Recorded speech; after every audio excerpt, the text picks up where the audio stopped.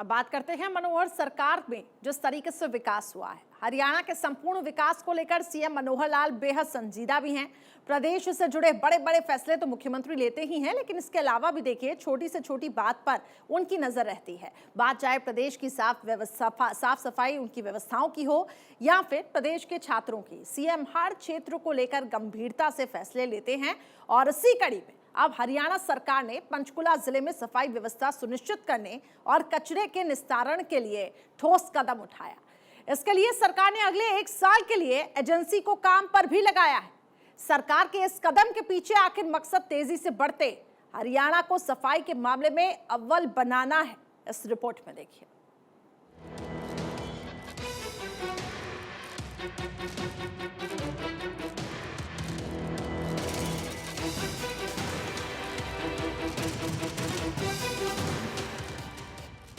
कोई गांव हो, शहर हो या फिर राज्य, उसके विकास के लिए जितनी जरूरत मजबूत इंफ्रास्ट्रक्चर और बुनियादी सुविधाओं की है, उतना ही जरूरी है वहां रहने वाली जनता का स्वास्थ्य।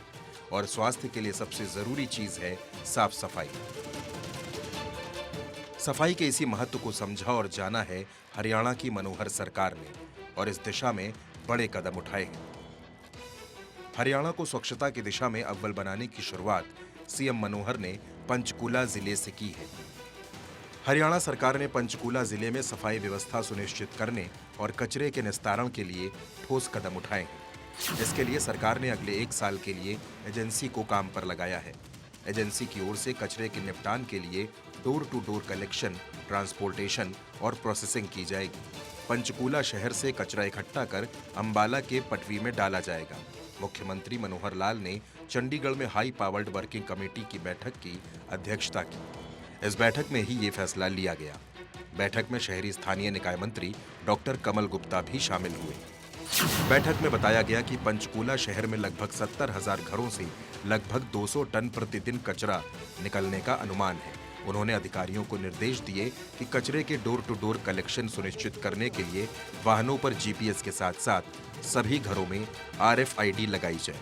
इससे हर घर से कचरे का उठान सुनिश्चित होगा, तो वहीं निगम के पास भी वास्तविक जानकारी उपलब्ध रहेगी और अधिकारी निगरानी रख सकेंगे। उन्होंने अधिकारियों को निर्देश देते हुए कहा कि प्रदेश के किसी एक नगर निगम क्षेत्र में निगम अपने स्तर पर एक पायलट प्रोजेक्ट चलाए, जिसके तहत निगम के सफाई कर्मचारी कचरे का डोर टू डोर कलेक्शन करें। शहरी स्थानीय निकाय मंत्री डॉक्टर कमल गुप्ता ने कहा कि मुख्यमंत्री के नेतृत्व में राज्य सरकार पंचकुला को स्मार्ट सिटी बनाने के लिए प्रयासरत है। पंचकुला में ठोस कचरा प्रबंधन के लिए मुख्यमंत्री पहले ही विभिन्न स्थलों का दौरा कर चुके हैं, ताकि कचरे का सही तरीके से उठान और उसकी प्रोसेसिंग सुनिश्चित हो सके। शहरी स्थानीय निकाय मंत्री ने अधिकारियों को निर्देश दिए कि डोर टू डोर कलेक्शन पर विशेष निगरानी रखी जाए। सफाई व्यवस्था के साथ ही प्रदेश के नौनिहालों के विकास को लेकर भी सीएम काफी सजग है। इसे लेकर भी सरकार ने बड़े कदम उठाए हैं, जिसके तहत हरियाणा के सरकारी स्कूलों में पढ़ने वाले स्टूडेंट्स की फैमिली ID चेक कराई जाएगी।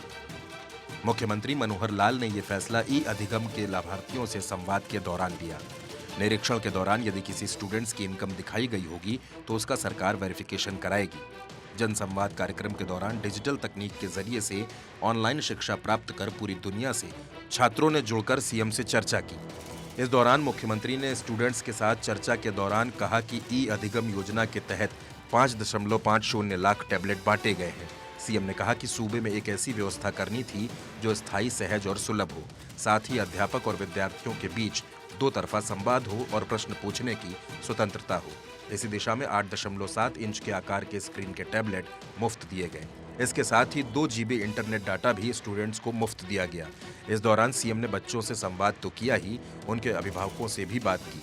बच्चों के माता पिता भी उनके बच्चों को निःशुल्क टैबलेट मिलने पर काफी खुश हैं। उन्होंने इस कदम के लिए सीएम की जमकर तारीफ की। मैं जी भार्गव का पापा बोल रहा हूँ। अच्छा, भार्गव के पापा बोल रहे हैं। तो आपका क्या अनुभव है, ये जो टेबलेट दिए हैं, इस बारे में आपका बच्चे के बारे में क्या अनुभव है? पहले तो मेरे को आपका बड़ा बहुत बहुत धन्यवाद सर। हाँ, आपने हम गरीब बच्चों के मतलब ये इतना बड़ा कदम सरकार ने उठा रखा है। हम इसका तहे दिल से धन्यवाद करते हैं जी सरकार का। और हमारी इतनी औकात नहीं थी कि बच्चे को एक फोन ले सके। हम बहुत आभारी हैं आपके। चलिए धन्यवाद जी जी जी। इस मौके पर सीएम ने बताया, विद्यार्थियों से सरकार ने अनुरोध किया कि टैबलेट का अधिकतम उपयोग हो और इसका दुरुपयोग ना हो।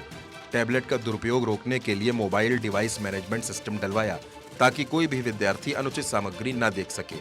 37,000 से ज्यादा अध्यापकों को भी टैबलेट मुहैया कराए गए ताकि उन्हें भी ऑनलाइन शिक्षा देने में सुविधा हो।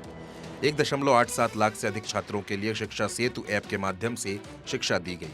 इसके अलावा प्राइमरी स्कूल में पढ़ने वाले बच्चों के लिए संपर्क बैठक मोबाइल एप्लीकेशन लॉन्च की गई।